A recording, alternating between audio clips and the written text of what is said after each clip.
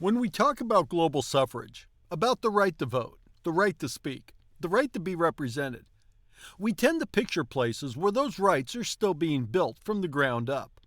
We think of emerging democracies, of nations struggling with corruption or instability. But we rarely think of Belarus, a small country in Eastern Europe tucked between Russia, Ukraine, and the European Union. And yet Belarus stands as one of the clearest examples of what happens when democracy isn't just suppressed, but systematically dismantled. It shows how the machinery of dictatorship grinds on, even in the heart of modern Europe, and how the universal struggle for self-determination doesn't end once a constitution is written. It must be defended, generation after generation. Since 1994, Alexander Lukashenko has ruled Belarus with an iron hand. He came to power in the wake of the Soviet collapse, promising stability and order. At first, many welcomed that. The early 1990s were chaotic across the post-Soviet world. Economies collapsing, borders redrawn, old certainties gone. But over time, Lukashenko's order hardened into repression. He rewrote the constitution, extended his terms, muzzled the press, and silenced his opponents. 3 decades later, he remains Europe's longest-serving ruler, an unelected strongman presiding over a state that functions more like a relic of the Soviet Union than a modern democracy. His regime endures through a web of fear, arrests, surveillance, propaganda, and violence. Elections exist in name only, their outcome predetermined. The state media calls him a defender for the nation. The people know better, but most are too afraid to say that so aloud. Yet despite all this, despite the torture, the prison sentences, the exile, Belarusians have not given up. The protests of 2020 revealed something extraordinary, that beneath the imposed silence, a civic consciousness has survived. Hundreds of thousands took to the streets, demanding dignity and representation. They knew the risks, and they still marched. That courage didn't vanish once the protests were crushed. It went underground, into networks of activists, journalists, and ordinary citizens who continue to resist in ways big and small. Belarus today is both a tragedy and a warning. It reminds us that democracy is not inevitable, that suffrage, the simple act of casting a ballot and having it count, is not a permanent guarantee, but a fragile achievement. And it reminds us that even in the most repressive systems, the human desire for freedom endures. In many ways, Belarus is the autocrat's weakest link, not because it is the most repressive, but because its people have already glimpsed what freedom looks like. Understanding Belarus is essential to understanding the global struggle for democracy itself. Because when one nation's voice is silenced, the world grows quieter. And when that voice rises again, as it surely will, it carries the echo of every people who have ever fought to be heard. I want to rant for just a sec. I hate it when somebody on YouTube stops in the middle of their video and says something like, "I just wrote a book. It's available on Amazon." I really hate it when they do that, and I would never do that. The 2020 presidential election in Belarus marked a moment when illusion met reality. For years, Alexander Lukashenko had maintained a facade of legitimacy. Staged elections, controlled opposition parties, and carefully choreographed propaganda. But by 2020, that illusion shattered. The people had changed. They had seen more of the world through open borders, the internet, and years of slow civic awakening. They wanted a say in their future. When the votes were counted, Lukashenko claimed victory with nearly 80%. The number itself was almost an insult. So implausible, so detached from the energy in the streets, that it revealed just how little he cared about appearances anymore. Independent observers were barred, journalists were detained, and opposition figures were harassed or jailed. The people knew the truth. The election was stolen. What followed was something Belarus hadn't seen in decades. Hundreds of thousands poured into the streets of Minsk, Brest, Rodno, and smaller towns across the country. They came from all walks of life: students, teachers, factory workers, pensioners. They waved the historic white, red, white flag that Lukashenko had banned, sang the old songs of independence, and demanded something very simple: their vote back. The regime's response was swift and merciless. Special police units, masked, armed, and anonymous, descended on peaceful protesters. People were beaten in courtyards, dragged into unmarked vans, and vanished into detention centers. Entire city blocks were cordoned off. Cell service was cut, and the internet was shut down to prevent coordination. Within days, the streets that had echoed with chants of "Long live Belarus" were instead filled with the sound of boots and screams. Over the following weeks and months, tens of thousands were detained. Many were tortured, forced to stand for hours, deprived of food and sleep, beaten with truncheons, made to confess on camera to crimes they hadn't committed. Some were killed. Human rights groups documented the abuse in detail, but international outrage faded as the months dragged on. Inside Belarus, fear took root once more. Yet, even fear has limits. Those who survived began to speak out once they escaped the country. Families of the detained organized online campaigns, demanding the release of loved ones. Independent journalists, many working from exile, kept reporting names, faces, and stories, refusing to let the prisoners become statistics. Because behind every number was a human being: a teacher who filmed a protest, a nurse who refused to sign a false report, a teenager who carried a forbidden flag. These political prisoners are the moral backbone of Belarus's struggle.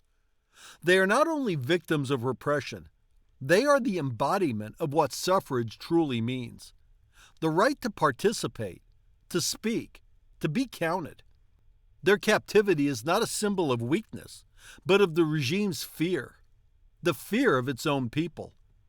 And in that sense, their resilience is a kind of victory. Each prisoner who refuses to recant, each family that keeps fighting for their release, keeps alive the belief that truth and dignity can outlast the machinery of the state. Their letters smuggled from prison, their stories told by exiled journalists, their names read at vigils abroad. All of it is part of a global chorus, reminding us that democracy is not just about ballots cast, but about voices heard. The repression in Belarus is a warning, but also a testament. It shows that the desire for representation, the core of suffrage, is not something that can be crushed by prisons or fear. The state may control the streets, but it cannot control the human longing to be free. When the streets of Minsk and Rodno became too dangerous to walk, when the prisons filled faster than they could be emptied, the Belarusian opposition faced an impossible choice: to stay and risk disappearance, or to flee and keep the struggle alive from abroad. Many chose exile, not because they wanted to leave their homeland, but because from outside the regime's reach, they could still speak, still organize, still fight for the idea of a democratic Belarus. At the heart of this exiled movement stands Svetlana Tsikhanouskaya. In 2020, she was not a career politician or a seasoned activist. She was a mother, a teacher, the wife of a man who had dared to challenge Lukashenko. When her husband, Sergei Tsikhanouskaya, a popular blogger and critic of the regime, was arrested before the election, Svetlana stepped into the void. She ran in his place, never imagining that she would become the face of a national movement. What began as a symbolic candidacy quickly turned into a genuine challenge to Lukashenko's rule. Her campaign drew enormous crowds, with people lining up across cities to see her, to listen to her speak plainly and without fear. She didn't promise miracles. She promised honesty, transparency, and the chance for Belarusians to choose their own future. That alone was revolutionary. When Lukashenko declared his landslide victory, it was Svetlana Tsikhanouskaya who became the true president in the eyes of millions. But the regime moved fast. Under threat, she fled across the border into Lithuania. It was not an escape, but a relocation of the front line. From Vilnius, she established the United Transitional Cabinet, a kind of government in exile, that continues to lobby for sanctions, coordinate with civil society networks inside Belarus, and keep the idea of democracy alive in the international sphere. Meanwhile, her husband remained behind bars, sentenced to years in a high-security prison. He was just recently released and is now also in Vilnius. His silence, enforced by isolation, stood in sharp contrast to her voice that carried across Europe and the world. Together, their story captures the two halves of resistance: courage on the ground and advocacy from abroad. One cannot exist without the other. The Belarusian diaspora, spread across Lithuania, Poland, Ukraine, and further west — I worked with a nurse in Texas who was Belarusian — has become a vital force in the struggle. These exiles organize protests, maintain communication networks, and provide aid to the families of political prisoners. They document abuses, pressure foreign governments, and keep the memory of 2020 alive when the regime tries to erase it. Their cafes and cultural centers, from Vilnius to Warsaw, serve as unofficial embassies of a Belarus that does not yet exist, but refuses to die. This exiled leadership is more than a symbol. It is the connective tissue between the imprisoned and the free, between a silenced population and a world that still listens. They remind us that suffrage is not only about the right to vote, it's about the right to be represented, even in absence, even in exile. For every Lukashenko who sits on a stolen throne, there's a Tsikhanouskaya who stands in defiance, reminding the world that legitimacy cannot be manufactured. It must be earned through the consent of the governed. The opposition abroad also underscores the paradox of modern authoritarianism. Borders no longer guarantee control. In an interconnected world, the exiled can amplify voices that the regime tries to bury. They can live stream speeches, share testimonies, raise funds, and lobby governments in ways that once seemed impossible. The same global networks that autocrats exploit for propaganda can be turned against them through truth, solidarity, and persistence. Without these exiled leaders, the resistance inside Belarus would be starved of oxygen. Their work ensures that political prisoners are named, that Western policymakers remember, and that the dream of a democratic Belarus remains visible to the world. They keep the movement coherent when the regime tries to fragment it, and hopeful when despair threatens to take hold. In a very real sense, the exiled leadership in Belarus has transformed the meaning of suffrage itself. It shows that representation is not just confined to national borders, that when a people's will is stolen at home, it can still find expression abroad. This is not just the story of Belarus. It is the story of suffrage under siege everywhere. That even when ballots are burned, voices can still be carried across borders, and truth can still travel farther than fear. The international community often faces a painful dilemma when confronting dictatorships like Belarus: intervene and risk backlash, or stay silent and risk complicity. Yet, silence itself is a form of consent. And in the case of Belarus, the world has chosen not to be silent. The West has played a crucial, if imperfect, role in challenging Lukashenko's grip on power. Following the stolen 2020 elections and the violent crackdown that followed, the European Union, the United States, the United Kingdom, and other democratic allies imposed a series of targeted sanctions. These measures froze assets, restricted travel for senior regime figures, and banned exports of key goods like petroleum products and potash, the very commodities that fund the state apparatus of repression. Although, at Putin's request, I'm sure, President Trump has recently eased U.S. sanctions. Sanctions are often dismissed as symbolic, but in a system like Belarus's, they bite deeply.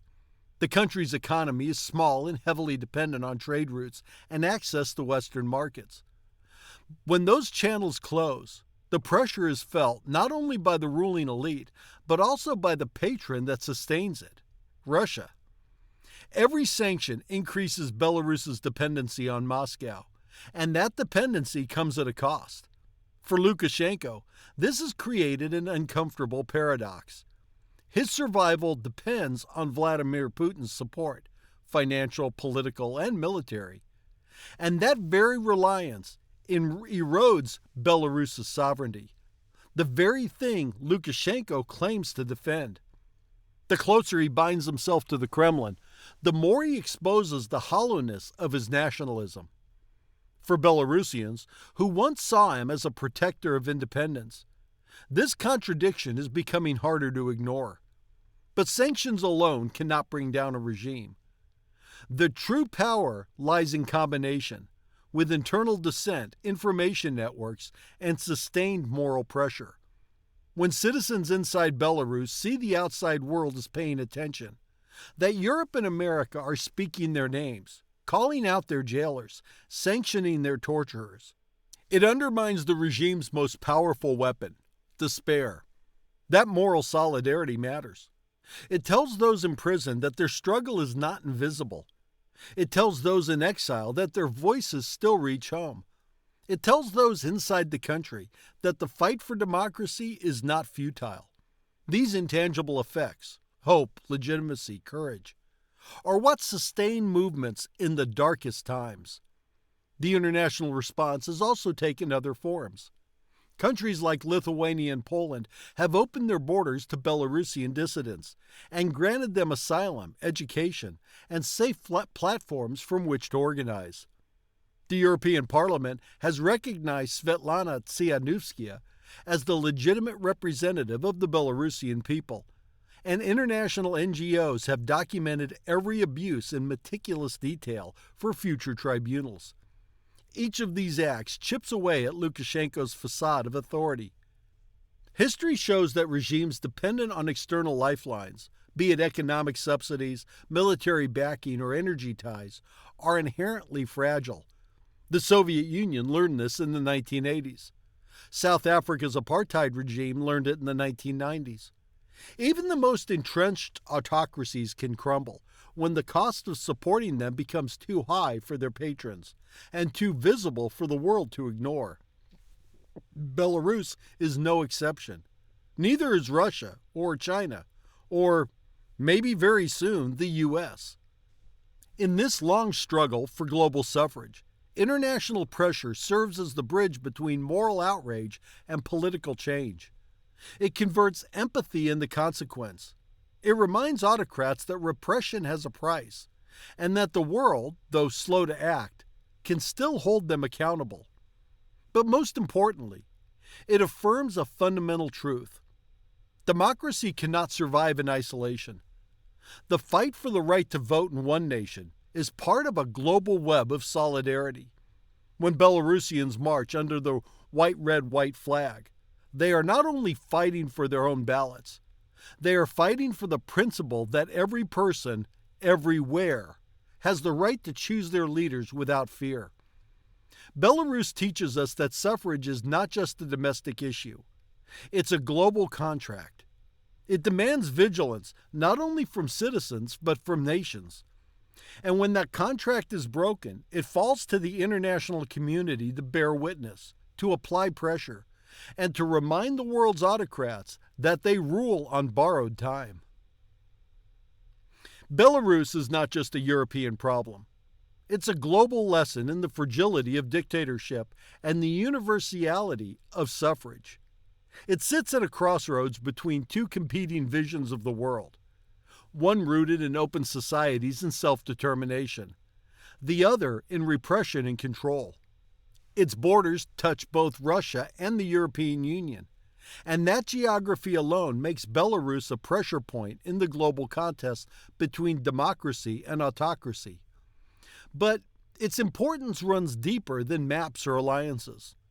Belarus embodies the fundamental question of the 21st century. Who gets to decide their own future? The people or those who rule them? Lukashenko's regime has long survived through a balancing act between Moscow's patronage and domestic coercion. The Kremlin props up his economy, controls vital energy supplies, and shields him diplomatically. In exchange, Belarus functions as a buffer zone, a loyal autocracy preventing democratic contagions from sweeping eastward. Yet, this dependence is also a weakness. Each ruble of Russian support, each act of complicity, ties Belarus more tightly to a faltering empire. As Russia's own legitimacy erodes under sanctions and war fatigue, Lukashenko's fortress of control begins to crack. What once looked like stability now appears brittle. Globally, Belarus represents something larger than itself, a microcosm of the authoritarian dilemma. Every regime that rules through fear rather than consent watches Belarus closely. They see the flicker of defiance in Minsk, the white flags carried by women in the streets, the journalists documenting abuses despite imprisonment, and they recognize the danger those images pose to their own control. If Belarusian citizens can stand up and demand free elections, what stops others? Ask the people in Syria. If Lukashenko can fall, who is safe? That is why Belarus matters. The struggle there is not an isolated national drama. It's part of a worldwide battle for the meaning of democracy in an age when autocrats collaborate, share surveillance technologies, trade impunity like currency, and are financed by the world's billionaires. The Belarusian movement offers a counterpoint, a networked resistance grounded in digital solidarity and human dignity. Each act of courage, each protest, each independent news outlet forced abroad yet still publishing, echoes across borders. If Belarus were to democratize, it would send shockwaves through the entire post-Soviet space. A free Belarus could inspire reform in Kazakhstan, Armenia, and even within Russia itself. It would prove that even entrenched autocracies, armed with propaganda and fear, can be dismantled by ordinary citizens demanding the right to vote and the right to be heard. In that sense, Belarus is a litmus test, not just for the resilience of its people, but for the international community's resolve. The global fight for suffrage is not won in one country. It's a mosaic of local struggles, whose victories strengthen one another. The courage of Belarusian protesters reminds us that democracy is never guaranteed, only defended, and that the right to vote, so easily taken for granted in much of the world, is still something people risk their lives to claim. Belarus matters because it forces the world to confront a simple truth. Until every person in every nation can freely choose their leaders, the promise of democracy remains unfinished. Belarus shows us what's truly at stake in the global fight for suffrage. Behind every stolen election are faces: teachers, journalists, factory workers, students. Each one paying the price for daring to believe that their voice should matter. Political prisoners remind us of the human cost of silence enforced at gunpoint. Their stories cut through the statistics and policy briefings. They remind us that democracy is not an abstraction. It is lived, suffered for, and, in too many cases, bled for. Exiled leaders and activists demonstrate something equally powerful: that resistance can transcend borders. Whether in Vilnius, Warsaw, or Berlin, the Belarusian diaspora has become a government in waiting. A movement carried not by territory, but by conviction. Their continued advocacy, their persistence in the face of exile and fear, shows that while autocrats can seize power, they can never fully capture legitimacy. The Belarusian opposition's survival abroad proves that democracy, once awakened, is not so easily extinguished. Western nations, for all their flaws and inconsistencies, also play a vital part in this story. Sanctions, diplomatic isolation, and public condemnation are imperfect tools, but they matter. They send a message that repression carries a price, that human rights still have defenders, and that the international community is not entirely asleep. When deployed with consistency and courage, global pressure can erode even the hardest regimes from the outside, while giving those on the inside a lifeline of hope. In the global struggle for democracy, Belarus stands as the autocrat's weakest link. Its battle exposes the vulnerability of systems built on fear and dependency. The protests that filled the streets of Minsk in 2020 were not just a moment of defiance. They were a signal flare to the world that the spirit of self-determination is universal, that suffrage is not a Western export but a human birthright. The courage of those who stood up in Belarus reverberates far beyond its borders. And yet Belarus is not only a warning, it's a guidepost. It teaches us that even in darkness, resistance can organize, adapt, and endure. It teaches us that democracy is not simply about casting a ballot, but about the right to demand accountability, to speak truth to power, to imagine a different future and work toward it. No dictatorship lasts forever. History has shown again and again that repression can only delay justice, but it cannot erase it. And yet, Belarus is not only a warning, it's a guidepost. It teaches us that even in darkness, resistance can organize, adapt, and endure.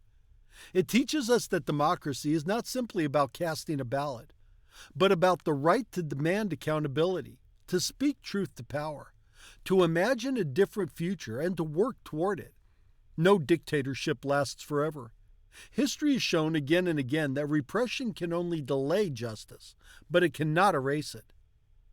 The desire to be heard, the impulse towards representation, is a flame that flickers but never dies. From the streets of Minsk to the town squares of Tehran, from Hong Kong to Moscow to Washington, D.C., the same yearning endures: to choose one's leader, to shape one's destiny, to live without fear. Belarus is not a footnote on the global stage of democracy. It is a chapter still being written. Its people remind us that suffrage is not just about elections. It's about dignity. It is the difference between being ruled and being represented, between silence and voice, between submission and citizenship.